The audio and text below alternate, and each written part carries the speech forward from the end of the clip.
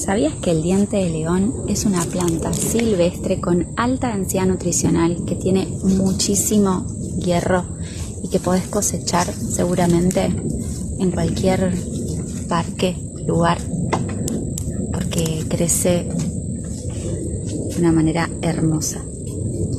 Dicen también, y así lo creo porque la naturaleza no se equivoca, que las plantas espontáneas, silvestres, nativas que crecen en nuestro parque son las que necesita nuestro cuerpo para restablecer el equilibrio.